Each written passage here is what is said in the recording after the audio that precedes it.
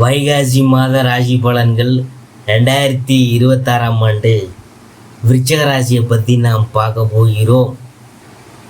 குடும்பம், அதாவது சுகஸ்தானத்தில் ராகுவும் பூர்வ புண்ணிய ஸ்தானத்தில் சனியும் சஞ்சரிக்கும் இந்த தருணத்தில் அஷ்டம ஸ்தானமாகிய மிதுனத்தில் குரு அமர்ந்திருக்கிறதும் சற்று சிரமமான காலகட்டத்தில் நீங்கள் தற்போது இருப்பதை காட்டுது. உடல் ஆரோக்கியத்தில் கொஞ்சம் கவனமாக இருங்க. சிறு உடல் உபாதை இருந்தாலும் மருத்துவர்கிட்ட காட்டி சிகிச்சை பெறுவது ரொம்ப அவசியம் என்பதை கிரக நிலைகள் எடுத்துக்காட்டுது. நெருங்கிய உறவினர்களிடையே வாக்குவாதமும் பகை உணர்ச்சியும் மேலிடும். கூடிய வரையில் வெளியூர் பயணங்களை தவிர்ப்பது நல்லது. திருமண முயற்சிகளில் வரன் அமையிறது சற்று கொஞ்சம் கஷ்டம்தான். பழைய கடன்கள் தொல்லை தரும். கணவன் மனைவிக்கிடையே அந்யுன்ய குறைவு உண்டாகும். அடுத்தது உத்தியோகம். அலுவலகத்தில் சக ஊழியருடன் பழகும்போது அளவோடு பழகிறது அவசியமாகும் என கிரக நிலைகள் எடுத்துக்காட்டுதுங்க. அன்றாட பணிகளில் கவனமாக இருத்தல் அவசியம் என்பதை கிரக நிலைகள் வற்புறுத்தி காட்டுது. தற்காலிக பணியாளர்களின் பணி நிரந்தர உத்தரவுலாம் தாமதப்படும். வெளிநாட்டு வேலைக்கு முயற்சித்து வரும் விருச்சிகராசி அன்பர்கள் இடைத்தரகரிடம் பணம் கொடுத்து ஏமாந்து விடக்கூடும். கொஞ்சம் கவனமாக இருங்க. தொழில் வியாபாரம், கிரக நிலைகளின்படி நீங்கள் எச்சரிக்கையுடன் செயல்பட வேண்டிய நேரம் இது. கடனுக்கு சரக்குகளை கொடுத்தால் அதற்கான பணமும் கிடைக்கிறது கொஞ்சம் கஷ்டம்தான். ஊழியர்கள் எவரையும் முழுமையாக நம்பிவிடக்கூடாது என கிரக நிலைகள் எச்சரிக்கை செய்து, வெளியூர் பயணங்களின் போது பணம் பொருள்கள் ஆகியவற்றை பாதுகாப்பாக வைத்து கொள்ளவும்.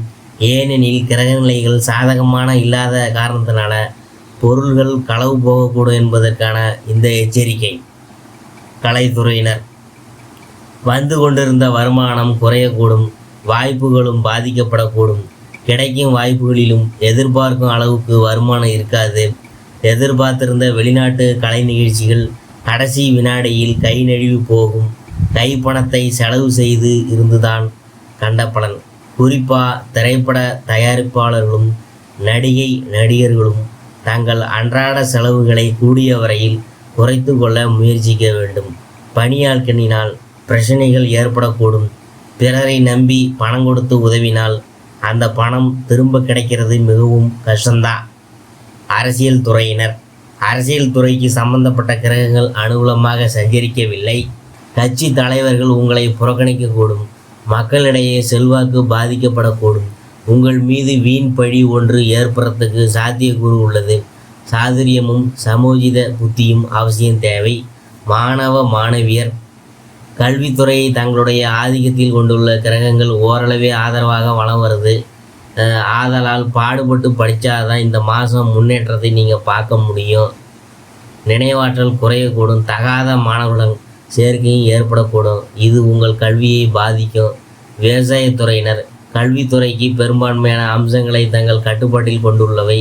சூரியனும் செவ்வாயும் மற்ற கிரகங்களும் ஓரளவு விவசாயத்துறையின் மீது ஆதிக்கம் உண்டு. சூரியன் மற்றும் செவ்வாய் ஆகிய இருவரும் இந்த மாதம் முழுவதும் பூரண சுபபலம் பெற்று வளம் வருவதால் நல்ல விளைச்சலையும் வருமானத்தையும் எதிர்பார்க்கலாம். தண்ணீர் பற்றாக்குறை இருக்கிறதுக்கு வாய்ப்பில்லை. அஷ்டமஸ்தானத்தில் குரு அமர்ந்திருக்கிறார். சுக்கிரனும் ஓரளவே அனுகூலமாக சஞ்சரிக்கிறதுனால அளவோடு அவங்கள்ட்ட நல்ல பலன்களை எதிர்பார்க்க முடியும். பெண்கள் நலனுக்கு அதிகாரம் பெற்றுள்ள கிரகங்கள் அனுகூலமாக இல்லை. மிகவும் சிரமப்பட்டுதான் எதையும் இந்த மாதத்தில் உங்களால் சாதிக்க முடியும். உடல் ஆரோக்கியத்தில் கவனமாக இருங்க. அறிவுரை: சிறு பாதிப்பு என்றாலும் மருத்துவரிடம் காட்டி அவங்களுடைய உதவியை பெறுவது நல்லது. பரிகாரம்: ஞாயிற்றுக்கிழமை தோறும் அருகிலுள்ள திருக்கோயில் ஒன்றில் மாலையில் 5 தீபங்கள் ஏற்றி வந்தாலே அற்புதமான பலன்களை நீங்கள் பெறலாம். தினமும் ஒரு சர்க்கமாவது ஸ்ரீ நாராயணையும் படித்தோ அல்லது கேட்டோ வந்தால் அதி அற்புத பலன்களை நீங்கள் பெறுவீங்க. அனுகூலமான தினங்கள் பார்த்தீங்கன்னா வைகாசி 1 - 3 வரை, 7 - 9 வரை, 14 - 16 வரை, 21 - 23 வரை, 28 - 30 வரை. சந்திராஷ்டம தினங்கள் என்னென்னு பார்த்தீங்கன்னா வைகாசி 4 பின்னிரவு முதல் 6 காலை வரை.